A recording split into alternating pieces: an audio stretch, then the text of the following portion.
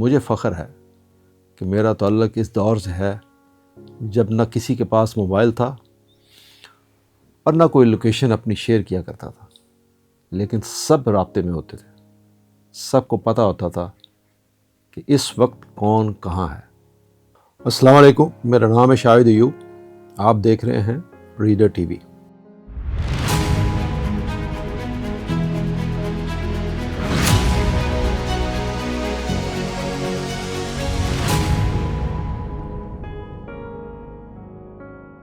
چند دن پہلے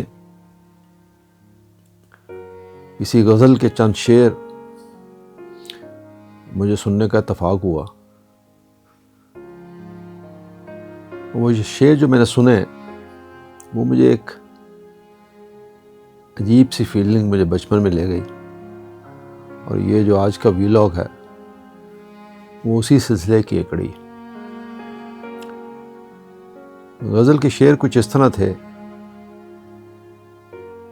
شاعر کہتا ہے کہ یہ دولت بھی لے لو، یہ شہرت بھی لے لو، بھلے چھین لو مجھ سے میری جوانی، مگر مجھ کو لوٹا دو بچپن کا ساون، وہ کاغذ کی کشتی، وہ بارش کا پانی۔ یہ جو میں آپ سے کہنے والا ہوں،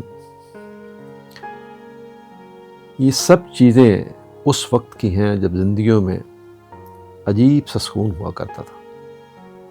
لوگ ہنسنے اور رونے کی لذت سے آشنا تھے۔ لڑائی کبھی جنگ کا روپ نہیں دھارتی تھی۔ رشتے اور تعلقات جھوٹی انا کے مقابل طاقتور تھے۔ تب غریب کوئی بھی نہیں تھا، کیونکہ سبھی غریب تھے۔ یا یوں کہیے کہ میں ہی اس سوسائٹی کا حصہ تھا جہاں سب غریب تھے۔ مجھے تو ڈیفینیٹلی اس وقت بھی ہوں گے، پر مجھے فخر ہے کہ میرا تعلق اس دور سے ہے جب نہ کسی کے پاس موبائل فون تھا، نہ کوئی اپنی لوکیشن شیئر کرتا تھا، لیکن سب رابطے میں ہوتے تھے۔ سب کو پتہ ہوتا تھا کہ اس وقت کون کہاں ہے، کیونکہ سب کا نیٹ ورک ایک ہی ہوتا تھا۔ اگر آپ نے کپڑے کا بستہ استعمال کیا ہوا ہے، لکڑی کا لٹو ڈور سے چلایا ہوا ہے، بنٹے کھیلے ہوئے ہیں، سائیکل کے ٹائر کو چھڑی کے ساتھ گلیوں میں گھمایا ہوا ہے، شب برات پر مسالہ لگی چچڑ، وہ چچڑی اس کو کہتے تھے، سیمنٹ والی دیوار سے رگڑی ہوئی ہے، 2 پیسے کا ٹکا دیکھا ہوا ہے، استاد سے سلیٹ اور سلیٹی پر سوال حل کیے ہوئے ہیں، پٹھو گرم کھیلے ہوئے ہیں، اسکول کی آدھی چھٹی کا لطف اٹھایا ہوا ہے، تختی کو گاچی لگائی ہوئی ہے، گھر سے مکئی کی چھلیاں دانے نکال کر بنائے ہوئے ہیں، اسکول کی چھٹیوں میں بیل چرائے ہوئے ہیں، غلے میں پیسے جمع کیے ہوئے ہیں، غلہ بھی مٹی کا، سپہر 4 بجے اٹھ کر کتاب کہانیاں پڑھی ہوئی ہیں، میلے میں کبڈی اور بیلوں کی دوڑ دیکھی ہوئی ہے، گراموفون اور ریکارڈ استعمال کیے ہوئے ہیں، اپنی ریڈیو کو لکڑی کے باکس میں تالا لگا کر بند کیا ہوا ہے، میلے میں 3 دن تک سائیکل چلتی دیکھی ہے، صرف عید میں میلے کی سرکس اور جھولے میں بیٹھے ہوئے ہیں، بارات میں پیسے لوٹے ہوئے ہیں، پانی کے ٹب میں موم بتی والی کشتی چلائی ہوئی ہے، سرکاری ہسپتال میں اپنی ذاتی بوتل میں کھانسی والی دوائی بھروائی ہوئی ہے، سردیوں میں رضائی میں گھس کر پریوں کی کہانیاں سنی ہوئی ہیں، سر کٹے انسان کی افواہیں سنی ہوئی ہیں، کھڑکھڑاتے ریڈیو پر سیلاب کی تازہ صورتحال سنی ہوئی ہے، رسی لپیٹ کر لاٹو چلایا ہوا ہے، سمیع اللہ کو ہاکی کے میدان میں ریڈیو کے نشریاتی رابطے پر فتح سے ہمکنار ہوتے ہوئے کمنٹری سنی ہے، مٹی کا لیپ والے چھت پر چارپائی ڈال کر سویا ہوا ہے، گرمیوں میں چھت پر چھڑکاؤ کیا ہوا ہے، جون جولائی کی تپتی دوپہر میں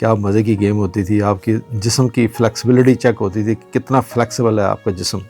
مالٹے کے چھلکے دبا کر اس سے دوستوں کی آنکھوں پر حملہ کیا ہوا ہے اور صبح سویرے لسی رڑکنے کی آواز سنی ہوئی ہے. اس کا ایک ہی مطلب ہے کہ اب آپ بوڑھے ہو رہے ہیں. اگر یہ سب چیزیں آپ کو دیکھنے کا یا اس میں سے گزرنے کا اتفاق ہوا ہے تو اب یاد کیجئے کہ آج بھی جب ہم کسی مشکل میں پھنستے ہیں یا کوئی ہمارے اوپر کوئی افتاد آتی ہے تو ہم کہنے کے لیے مجبور ہو جاتے ہیں کہ وہ کیا بچپن تھا جس میں سب ٹھیک تھا اور ہم خوش تھے. کم از کم یہ آج کا دور تو نہیں تھا. تو پھر وہی بات جو میں نے آپ سے پہلے کہی، یہ ساری چیزیں اس وقت کی ہیں جب زندگیوں میں عجیب طرح کا سکون ہوا کرتا تھا. لوگ ہنسنے اور رونے کی لذت سے آشنا تھے. لڑائی کبھی جنگ کا روپ نہیں دھارتی تھی. رشتے اور تعلقات جھوٹی انا کے مقابل طاقتور تھے. تب غریب کوئی بھی نہیں ہوا کرتا تھا کیونکہ سبھی غریب تھے. مجھے فخر ہے کہ میرا تعلق اس دور سے ہے جب نہ کسی کے پاس موبائل تھا اور نہ کوئی لوکیشن اپنی شیئر کیا کرتا تھا، لیکن سب رابطے میں ہوتے تھے. سب کو پتہ ہوتا تھا کہ اس وقت کون کہاں ہے، کیونکہ سب کا نیٹ ورک ایک ہی ہوا کرتا تھا. توجہ کے لیے شکریہ. السلام علیکم.